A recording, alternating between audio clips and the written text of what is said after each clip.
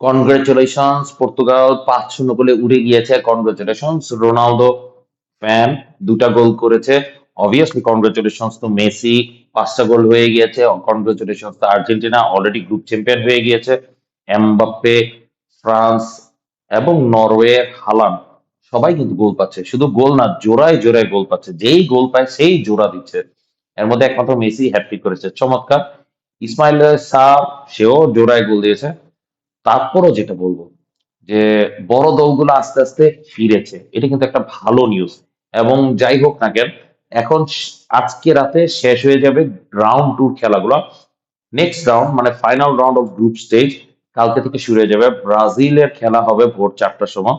এবং খুবই চমৎকার একটা বিষয়, যদি ব্রাজিল জিততে পারে, যদি গোল ব্যবধান বাড়াইতে পারে, হয়তোবা Brazil top of the group হয়ে যাবে। বাংলাদেশে অনেক ফ্যানরাই আছে যারা আসলে ব্রাজিলের খেলা দেখে মজা পায় না, না পাওয়াটাই স্বাভাবিক।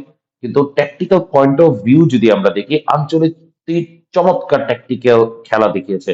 নট অনলি দ্য আঞ্চলিককে, মোটামুটি আমরা সবাই যেটা জানি, সে মোটিভেটর কোচ।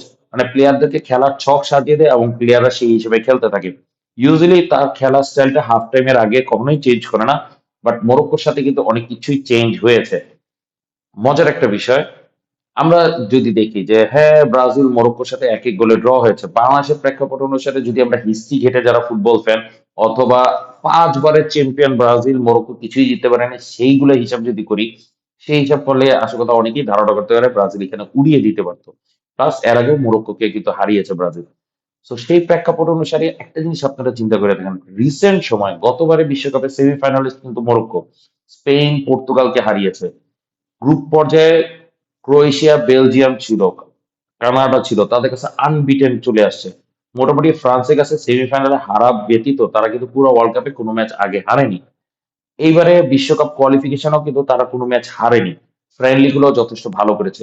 অপর পাশে ব্রাজিল এবারে কোয়ালিফিকেশন কিন্তু ধুকতে ধুকতে লাস্ট পর্যন্ত তারা কোয়ালিফাই করে, যদিও ভালো পয়েন্ট পেয়েছে, কিন্তু তারপরও ব্রাজিলের মতো তো এত কষ্ট পাওয়ার কথা ছিল না। আঞ্চলিকের অধীনে ছন্ন ছাড়া ভাবেই খেলছিল কিছুটা।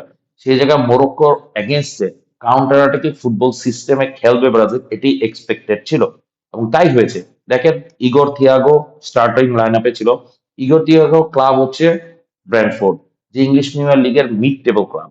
এবং সেই মিড টেবল ক্লাব অ্যাকচুয়ালি যেটা কাউন্টার অ্যাটাক সিস্টেমে খেলে, এবং থিয়াগো যে কাজটা করতো, যেহেতু ফিজিক্যালি ভালো এবং ফিজিক্যালি স্ট্রং, প্লাস হচ্ছে ফাস্ট ফুটবল খেলে, সেই হিসেবে সে অফ দ্য বল মুভমেন্ট গুলোতে ডিফেন্ডার গুলোকে ড্রিফট করতে পারতো এবং কাউন্টার অ্যাটাকে অফসাইড ট্র্যাপ ব্রেক করে ইজিলি সে সামনে চলে যেতে পারতো।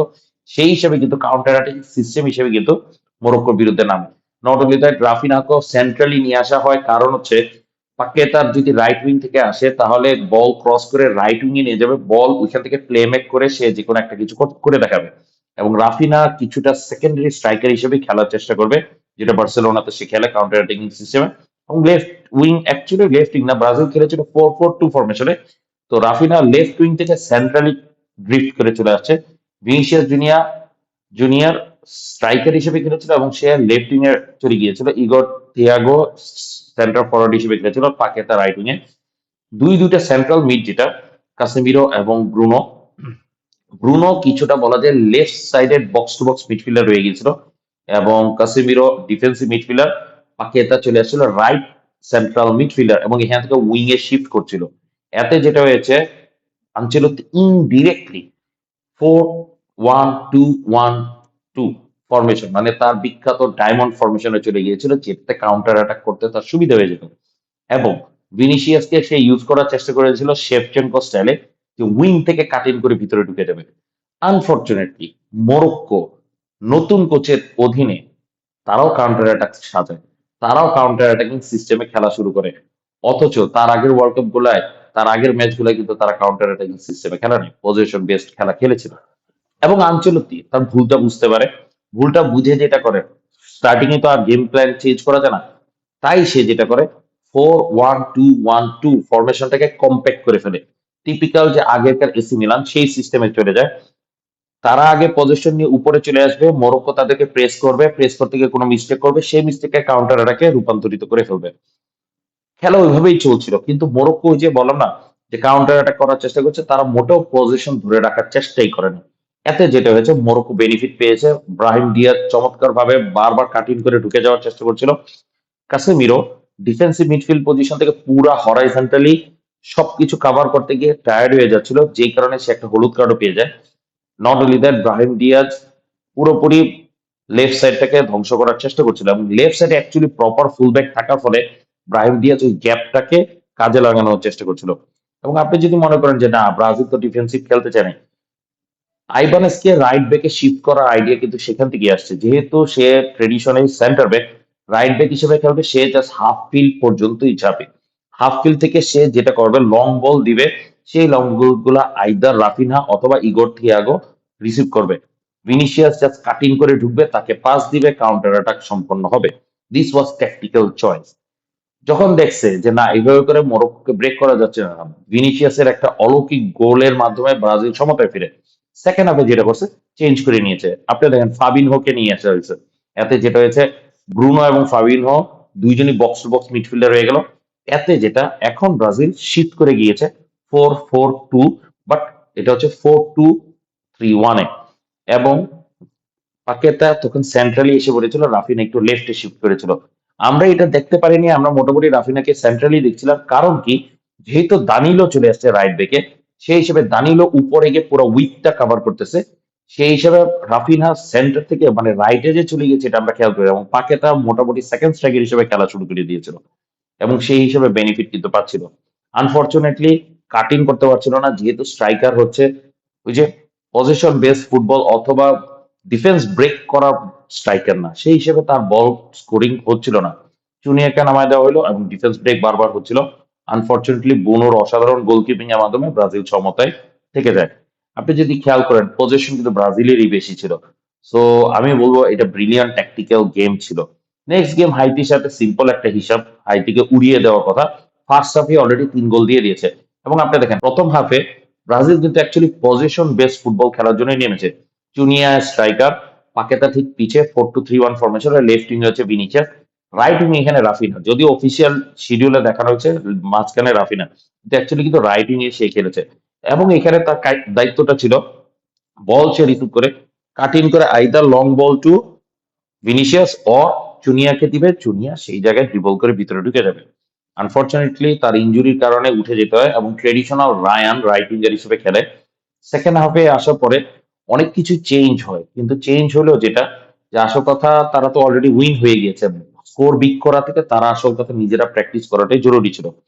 দ্যাটস ওয়াই এনরিককে স্টার্টিং করা দেয় এবং এডারসনকেও খেলানো হয়।